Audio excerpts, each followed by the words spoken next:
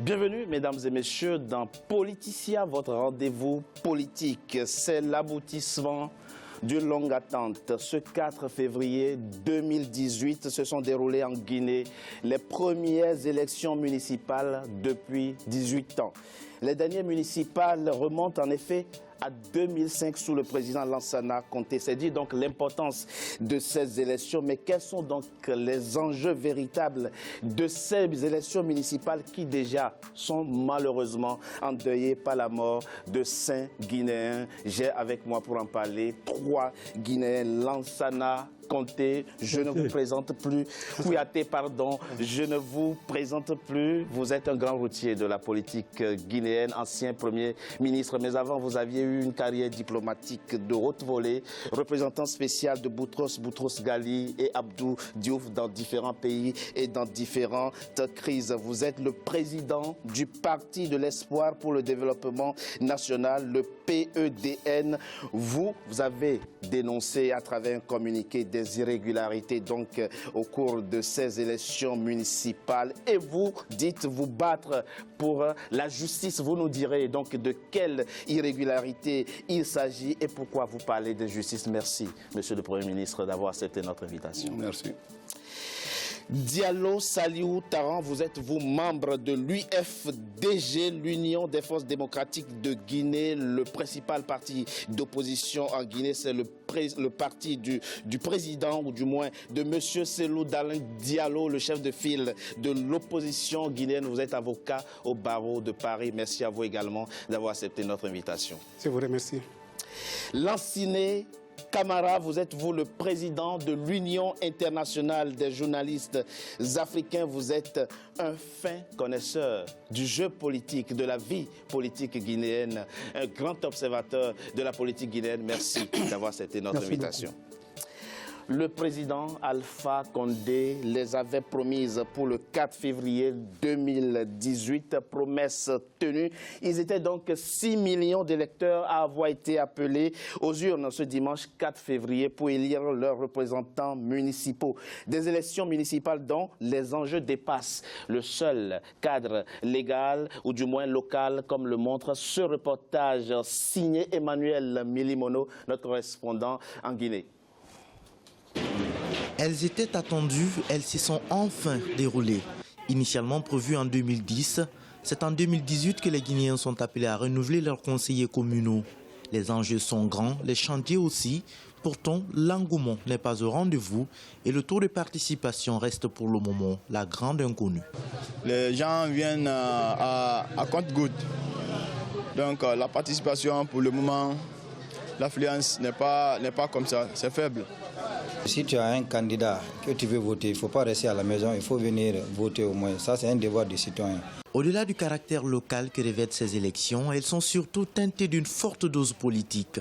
Entre les candidats indépendants et les partis politiques traditionnels, le contrôle des communes représente un enjeu capital en termes de gouvernance citoyenne.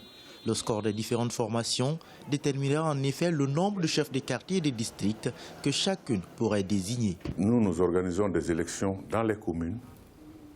Maintenant, en fonction et au prorata de ce que chacun va gagner dans la commune, il sera représenté dans les quartiers. Nous aurons des fichiers des élections jusque dans les quartiers. En fonction de ceux qui gagneront là-bas, la liste qui viendra en tête dans chaque quartier désignera l'élu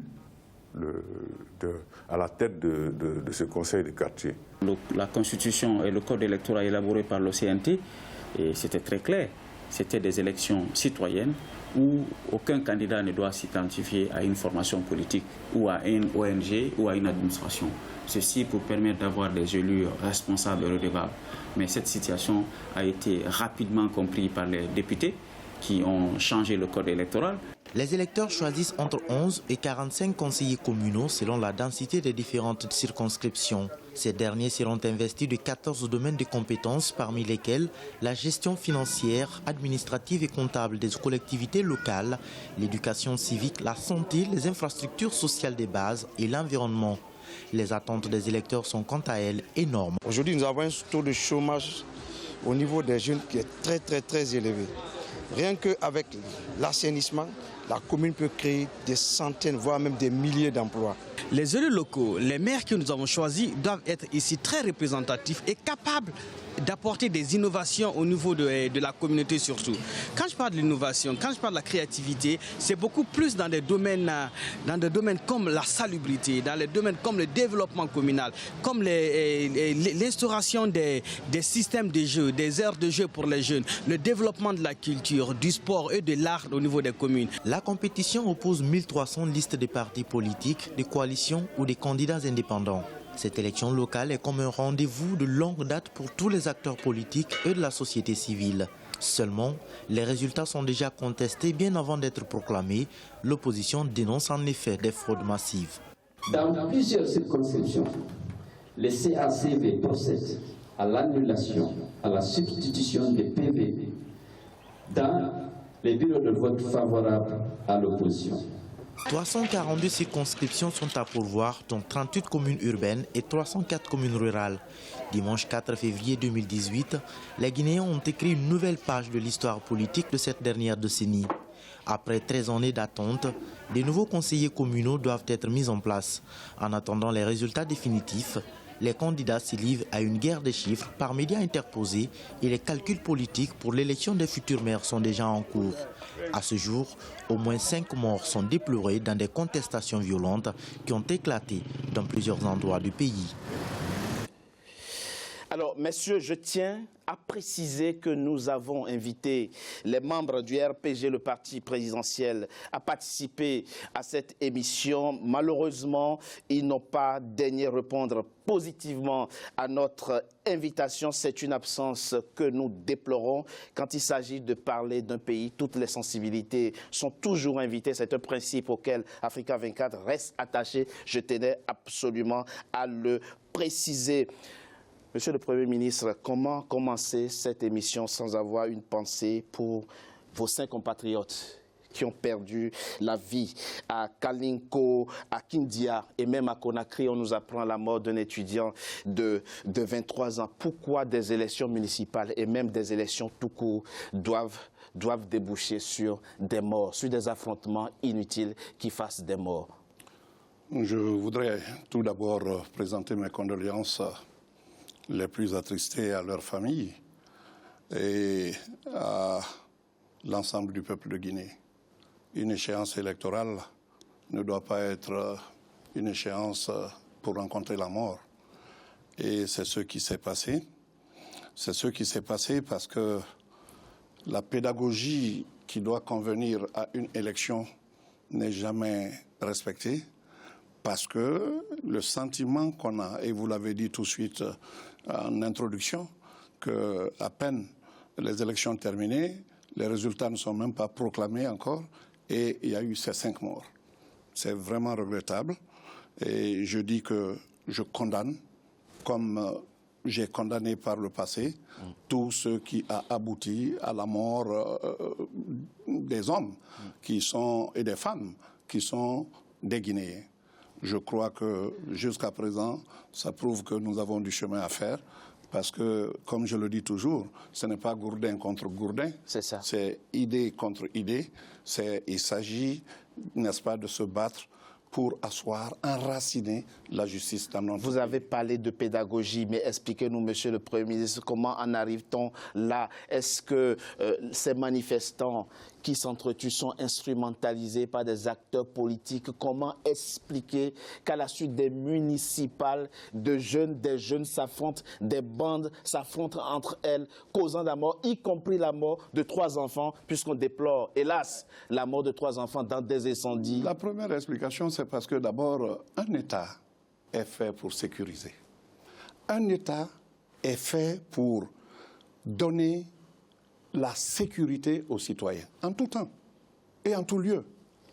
S'il y a dérapage, je ne veux pas dire que l'État est seul responsable, mais je veux dire que c'est parce que les conditions oui, de justice, de transparence et de mise en confiance des uns et des autres n'ont pas été respectées. On reviendra en détail sur ces conditions. La maître Diallo, vous êtes donc du principal parti d'opposition, le parti d'Alain Diallo. Quels sont selon vous plutôt les enjeux de ces municipales dont vous dénoncez déjà des irrégularités et pourquoi votre candidat parle-t-il déjà d'irrégularités alors même que la CENI ne s'est pas encore prononcée? Bon, je vous remercie. D'abord, je présente toutes mes condoléances effectivement aux familles guinéennes qui ont donc perdu ces différentes personnes dans cette histoire des élections. Oui. Et pour ce qui concerne les enjeux des élections, vous avez dit que Elhadj Cellou Dalein a contesté. Ce n'est pas parce qu'il a contesté, c'est ce qu'il a constaté. C'est des faits réels que M. Dalein a mis sur la voie publique. Quels sont ces faits? Ces faits réels, allez-y très rapidement. Ce sont les subtilités des voix de vote de l'IFDG qu'on a retirées dans des quartiers, dans des bureaux de vote, alors qu'en principe, cela est du ressort de la CENI. C'est-à-dire c'est la commission administrative centralisation des votes qui procède donc à cette... Qui a retiré? Vous dites qu'on a retiré. Qui a retiré? Mais c'est justement cette commission administrative. D'accord. De centralisation des votes qui procède donc à ce retrait de certains bulletins de l'IFDG. Enfin, annulation, on va dire comme ça. Une annulation pure et simple de certains bureaux de vote où l'IFDG est donné majoritaire, afin de pouvoir équilibrer un tout petit peu entre l'IFDG et certainement le pouvoir en place. Alors, les organes que vous citez sont les démembrements de la CENI. Pourquoi font-ils cela? Pourquoi feraient-ils cela, selon vous? Et justement, c'est la bonne question que nous nous posons, parce que ce n'était pas de leur compétence. La CENI a elle-même dit qu'il n'appartient pas à ce démembrement de la CENI d'annuler aucun bureau de vote. Et pourtant, il le fait. Parce qu'il le fait, pourquoi? C'est l'instruction qui a été donnée par le pouvoir en place. Pensez-vous? Et bien sûr. Vous pensez que ces organes, ces démembrements de la CENI ont reçu instruction du de la présidence de la République, voilà, pour annuler certains bureaux de vote afin de pouvoir équilibrer le résultat donné par ces bureaux de vote entre le pouvoir politique et l'opposition. Le pouvoir ne veut pas perdre. Doyen Camara, c'est ça. Quel est votre avis sur ces questions-là? Déjà, on parle d'irrégularité. Ça fait 18 ans que vous entendez ces élections. Et enfin, elles ont lieu. La CENI n'a même pas encore le temps de finir son travail. On parle déjà d'irrégularité. Qu'est-ce que ça vous inspire, cette situation? D'abord, je salue la présence de Kouyaté, l'ancien Kouyaté, l'ancien Premier ministre. À cette table, je salue la présence du représentant de l'UFDG. Je déplore que le pouvoir n'ait envoyé personne pour défendre son bilan. Et je trouve que ça, c'est déjà fausser la démocratie, c'est donner une mauvaise image. Or, je vois que le pays est habitué effectivement à verser le sang humain. Et c'est ce qui se passe actuellement. Nous avons cette longue tradition de verser le sang humain et il faut que cela s'arrête. Mais elle vient d'où, doyen? Elle vient d'où, cette tradition, M. Camara? Elle vient du fait qu'on n'a jamais traduit un auteur devant la CPI. Elle vient du fait, je vous le dis, on a jugé Hissène Habré parce que tout simplement, il a commis des crimes dans son pays. Eh bien, il y a eu un tribunal à Dakar, on l'a jugé. Bon, la comparaison est peut-être excessive. Avec Hissène Habré, on parlait de 40 000 morts. Totalement, mais on n'en est pas là, heureusement. Et nous refuserons pour en arriver à 40 000 morts. Maintenant, clairement, il faut une nouvelle façon de faire la politique en Guinée.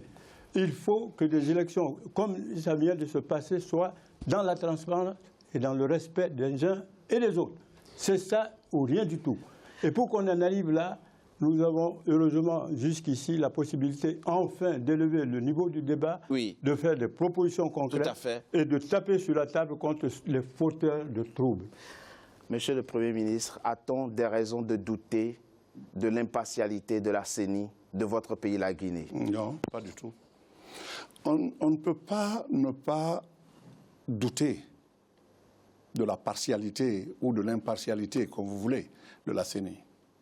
Pour vous dire la vérité, tout ce qui vient d'être dit est vrai. Le PDN l'a subi. Votre parti? Le PDN l'a subi de plein fouet. Que ce soit à Kankan, que ce soit à Kouroussa, que ce soit à Beila. À Matam, on a arrêté certains, même notre représentant à la centralisation. pour le traduire, pour l'envoyer au commissariat, à Matoto, on a arrêté Manu Militari, notre représentant à la centralisation, pour l'amener au commissariat. Il a fallu des démarches pressantes pour qu'on les libère. Et on va continuer comme ça. La CENI est assise. Ce sont ces démembrements qui devraient signer pas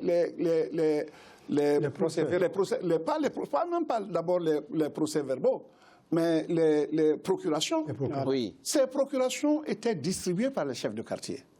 Oui. Vous comprenez maintenant pourquoi, de 2010, on est venu jusqu'à 2018 pour tenir ces élections. Exactement. Le premier acte qui a été posé par ce gouvernement, s'il vous plaît, en 2010, oui, ils ont trouvé qu'il y avait des conseils communaux qui étaient en place. Oui. Le premier acte a été d'enlever de ces conseils tous ceux qui n'avaient pas fait allégeance au nouveau pouvoir, pour installer des délégations dites spéciales. Oui, parce qu'ils étaient arrivés à fin de mandat, il n'y avait pas d'argent, disait le président, pour organiser. Alors pourquoi on fausse les règles, n'est-ce pas, qui sont établies? D'accord. Les règles disent que quand une délégation spéciale, d'abord une délégation spéciale ne doit être établie que quand au moins le tiers du conseil est en faute. Faute reconnue par la justice. Oui. Les conseils qu'on a enlevés, qui les a jugés? Personne. Deuxièmement, quand cela arrive, donc il y a la véracité montrée par la justice et que finalement on les enlève, le mandat des délégués spéciaux ne doit pas excéder 6 mois. On en est à combien d'années? 6 ans. C'est simplement parce que ces chefs de quartier, de district, sont à la botte du pouvoir qui ne veut pas les enlever. Cela garantit la suite. Monsieur le Premier ministre, de toute évidence, ces élections interviennent à la suite d'un accord signé avec le pouvoir en 2016 et qui prévoit justement la tenue. Je vous rappelle que moi, je n'ai pas signé. D'accord. On n'a pas signé, on n'est pas responsable parce que nous avons dit clairement les vices cachés de cet accord-là. Monsieur le Premier ministre, on a été responsable parce qu'on a refusé. 2 millions de Guinéens nous suivent. 6 millions étaient inscrits sur les listes électorales. Sur 12 millions d'habitants, c'est l'expression même de l'engagement politique, de l'engagement en faveur de la démocratie. Quand on a autant de nombre d'inscrits, dites-nous, est-ce qu'avec cette maturité politique, on peut espérer que ces municipales n'entraîne pas davantage de violence et que les résultats définitifs qui seront proclamés par la CENI soient respectés par tous. Et s'il y a recours, saisir les voies légales. Je vais vous dire. Dites-nous, monsieur le Premier ministre. Il est tellement facile de faire des élections apaisées. Soyons transparents. Absolument. Respectons les textes. Voilà. Ce n'est pas le cas en ce moment dans votre pays. Premièrement, les 6 millions dont vous parlez, ça c'est un fichier électoral qui date de 2013. Qui a été primitivement affiché quand il y a eu, la réaction des citoyens qui doivent voter pour dire il y a doublon ici, les noms de morts existaient. Tout cela a été signalé à la CENI d'alors. Il n'y a pas eu de deuxième affichage. Voilà un fichier qu'on a dans les bras qui ne répond plus à la réalité d'aujourd'hui. Entre-temps, des gens sont morts, d'autres ont atteint l'âge de vote et qui ne sont pas inscrits. Ces 6 millions aussi dont vous parlez, ça c'est la première chose. La deuxième chose, ces 6 millions dont vous parlez, quel est le taux de participation? On le saura.